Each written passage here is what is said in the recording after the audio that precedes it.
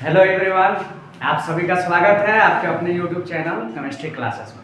आज हम लोग केमिस्ट्री नहीं फिजिक्स पढ़ने वाले हैं। तो पिछले क्लास में मैं डिस्कस किया था इलेक्ट्रिक फील्ड के बारे में, थोड़ा सा मैं बताया था कि पॉजिटिव चार्ज हो तो क्या होगा और नेगेटिव चार्ज हो तो क्या होगा। अगर आप वीडियो नहीं देखे हो तो मेरी वीडियो आप पिछली वीडियो में फिजिक्स की क्लासेस की देख लीजिए, आपको जो भी डाउट है क्लियर हो जाएगा। इसके बाद हम लोग आगे की चीज़ें डिस्कस करते हैं। अभी हम लोग पढ़ने वाले हैं इलेक्ट्रिक फील्ड इंटेंसिटी के बारे में। Electric field intensity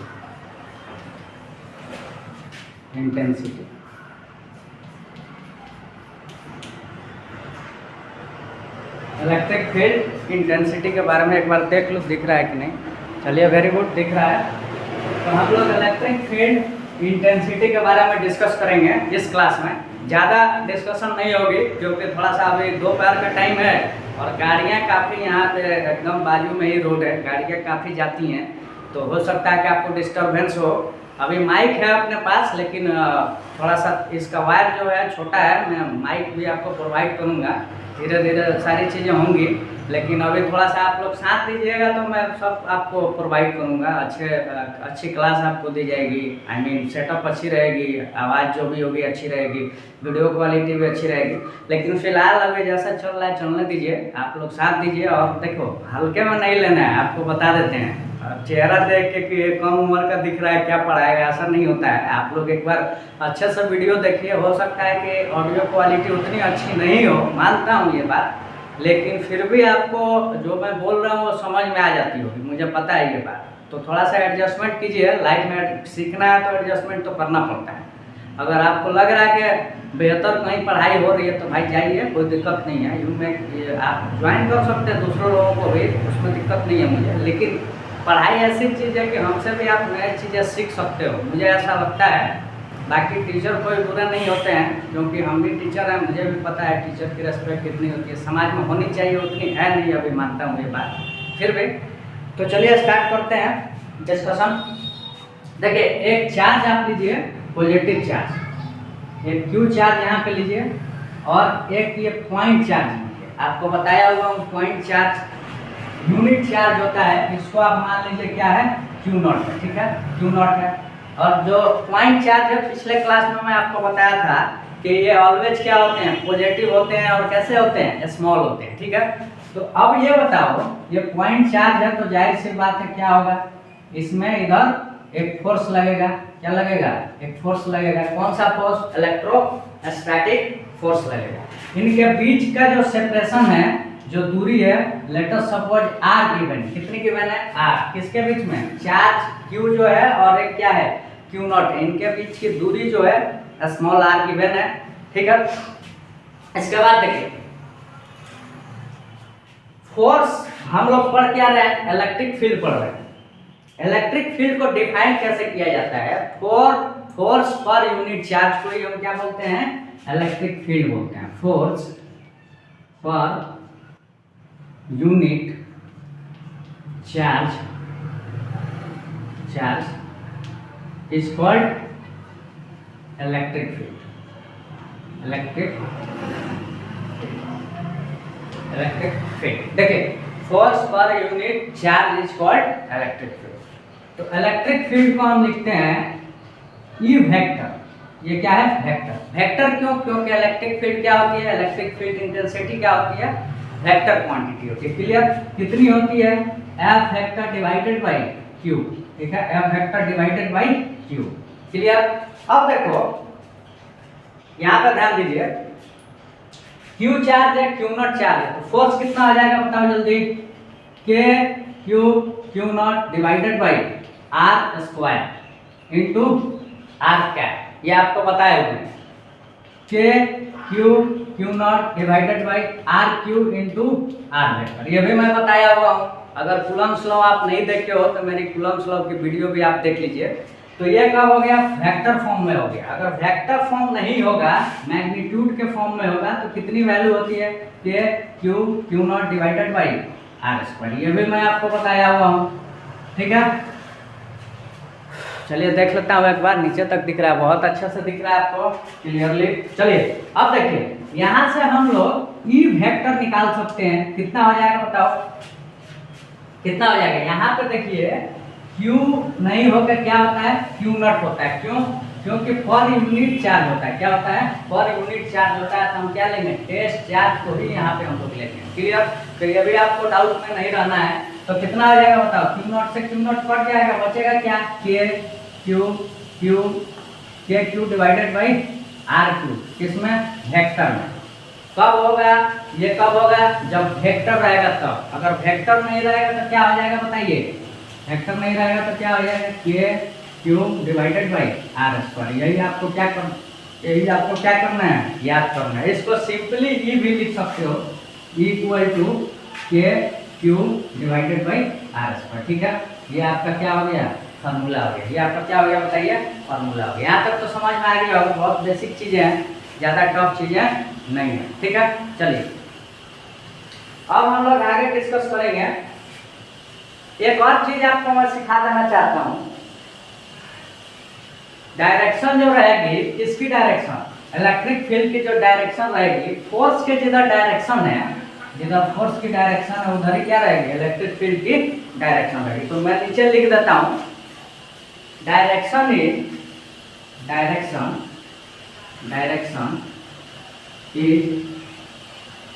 is same as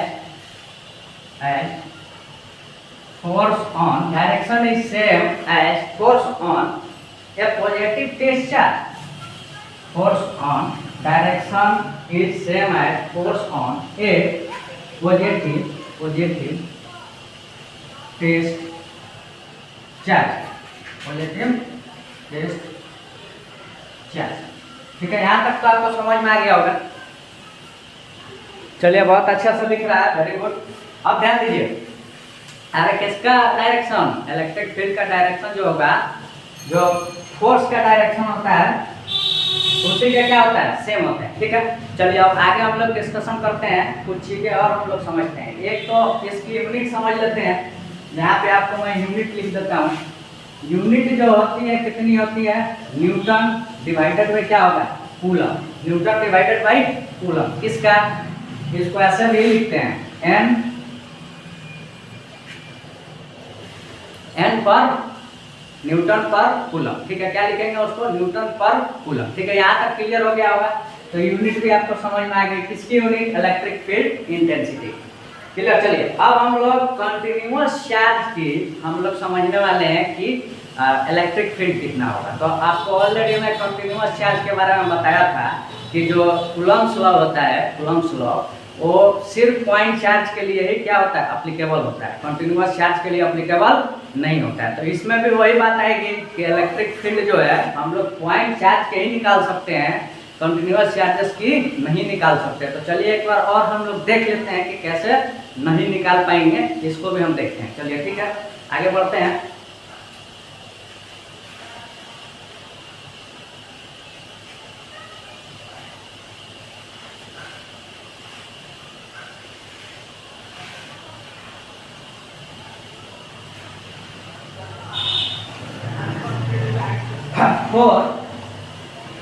for continuous charge, for continuous charge. इसके लिए हम लोग अभी पढ़ेंगे for continuous charge. Late us suppose एक ये बॉडी है, लेट अस सपोज ये क्या है? बॉडी है। इसमें क्या है? Positive charges. क्या है बताइए? Positive charge.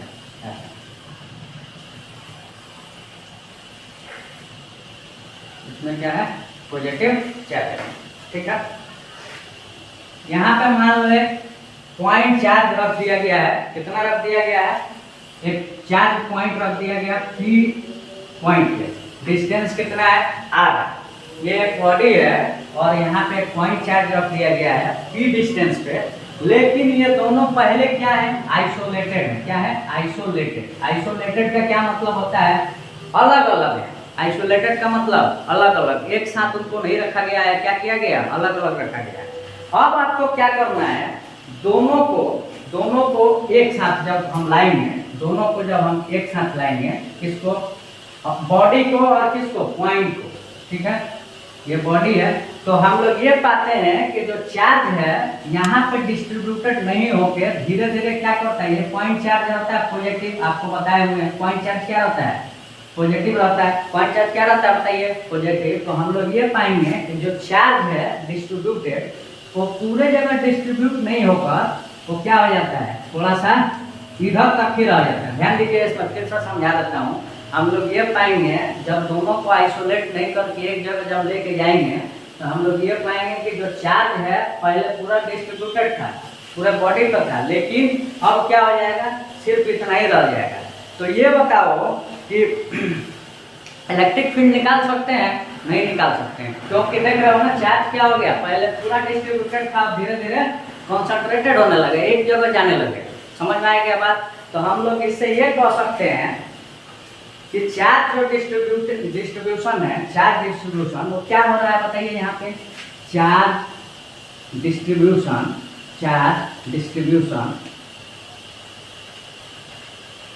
Change, charge distribution क्या हो गया, चेंज हो गया। चार्ज डिस्ट्रीब्यूशन क्या हो गया बताइए, चेंज हो गया। देख भी सकते हो आप लोग। तो चलिए ये एक चीज हम लोग समझ गए। यहाँ पे एक और आप लोग चीज लिख लीजिए। सो इससे हम लोग ये कह सकते हैं, आर विल, ये आर है, इसको क्या बोलेंगे, आर विल चेंज क्यू। ये पहले क्यू था, ये भी क्या था, क्यू था, मतलब बाद में ये चेंज हो जाएगा। क्या हो जाएगा, पहले क्यू था, बाद में देख रहे हो ना चार्ज कॉन्सेंट्रेटेड होने लगा, तो क्या हो जाएगा, वो चेंज हो जाएगा। ठीक है, change Q, formula will not give the same result, अरे कहने का मतलब ये है कि Q चेंज हो रहा है। यहाँ पे E का फॉर्मूला क्या होता है, Q divided by R square. जब यही चेंज हो गया तो क्या इलेक्ट्रिक फील्ड सेम रहेगी, नहीं रहेगी। वहाँ पे यही मैं चीज लिखा हूँ कि Q चेंज हो गया तो फॉर्मूला भी क्या हो जाएंगे, सेम नहीं रिजल्ट देगा, फॉर्मूला क्या करेगा, अलग रिजल्ट देगा। ठीक है, यहाँ तक हो सकता है आपको दिख रहा हो, अच्छे से दिख रहा है। चलिए वेरी गुड, यहाँ तक दिख रहा है। तो कहने का मतलब मेरा ये है कि फॉर्मूला क्या हो जा रहा है, चेंज हो जा रहा है। क्यों, क्योंकि चार्ज क्या हो जा रहे हैं, चेंज हो जा रहे हैं, इसीलिए रिजल्ट सेम नहीं देगा। समझ में आ गया?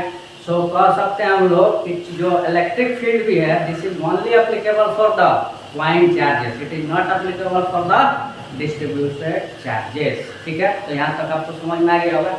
अभी हम लोग कुछ इलेक्ट्रिक फील्ड के एग्जांपल्स देखते हैं कि इलेक्ट्रिक फील्ड होगा कितना। रॉड का देखेंगे, फिर और भी बहुत सारी चीज़ें देखेंगे। आज तो ज़्यादा नहीं बता पाऊंगा, एक ही दो बताएंगे आपको एग्जांपल, बाकी के जो भी बचेगा उसको हम लोग नेक्स्ट क्लास में कवर करेंगे। ठीक है, तो चलिए देखिए आगे।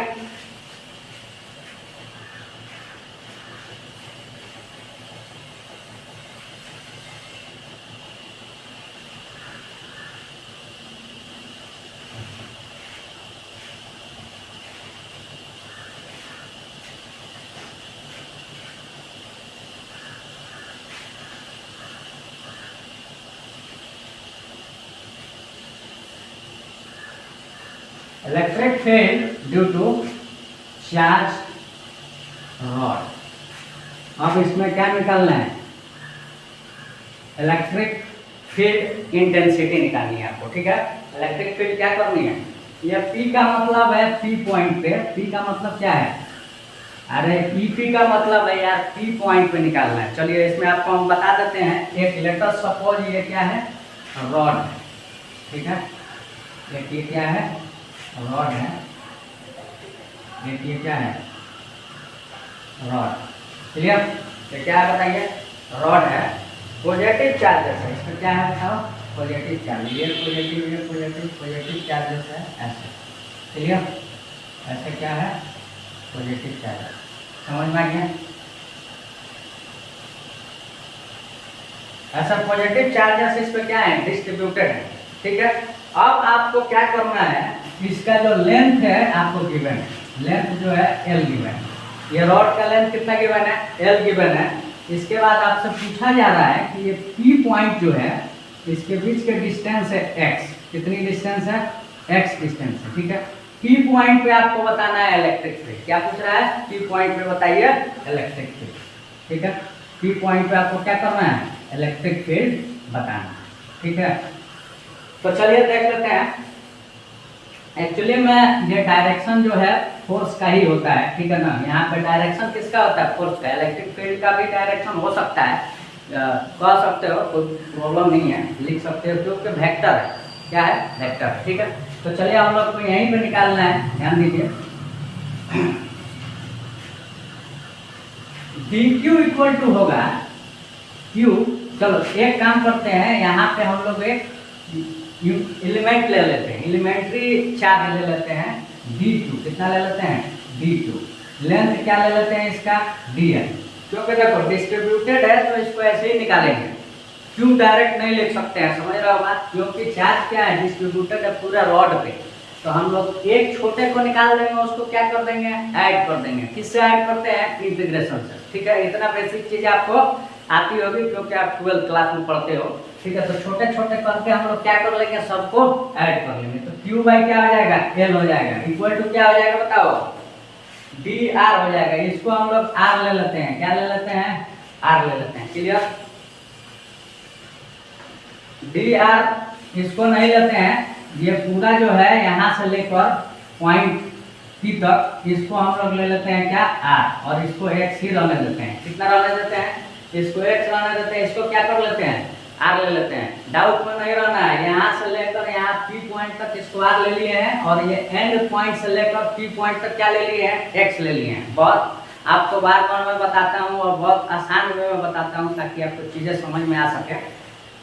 चलो देखो Q by R, sorry Q by L, यहाँ पे क्या हो जाएगा, dr हो जाएगा, क्या हो जाएगा, dr। अब आपको क्या करना है, इंटीग्रेट करना है। हम लोग जानते हैं E इक्वल टू कितना होता है, E वेक्टर इक्वल टू, बोलो बोलो जल्दी जल्दी बताओ, E वेक्टर अभी वेक्टर फॉर्म में लिखते हैं, कितना होता है, बोलिए कितना होता है बताओ, K Q में हम लोग क्या लगाएंगे, dq, क्योंकि dq लिए हैं, एलिमेंट्री चार्ज लिए हैं, डिवाइडेड में क्या हो जाएगा, r स्क्वायर, ठीक है, क्या हो जाएगा, r स्क्वायर। यहाँ तक तो आपको समझ में आ गया होगा, k dq divided by r square. Vector form में हम लोग नहीं लिए क्योंकि क्या कर रहे हैं, हम लोग इंटीग्रेट कर रहे हैं, तो इसकी कुछ वैल्यू आएगी, समझ में आ गया, मतलब मैग्नीट्यूड आएगा, क्लियर। अब देखो हम लोग जो लेंथ ले रहे हैं, कितना ले रहे हैं, L से लेकर L प्लस क्या होगा बताओ, L से लेकर L प्लस क्या होगा, x, या x प्लस L भी लिख सकते हो। L प्लस क्या हो जाएगा, x हो जाएगा, L प्लस x हो जाएगा, समझ में आ गया। मतलब यहाँ से लेकर फिर जोड़ दो यहाँ तक, हम लोग यहाँ तक निकाल रहे हैं ना, P पॉइंट तक, समझ में आ गया।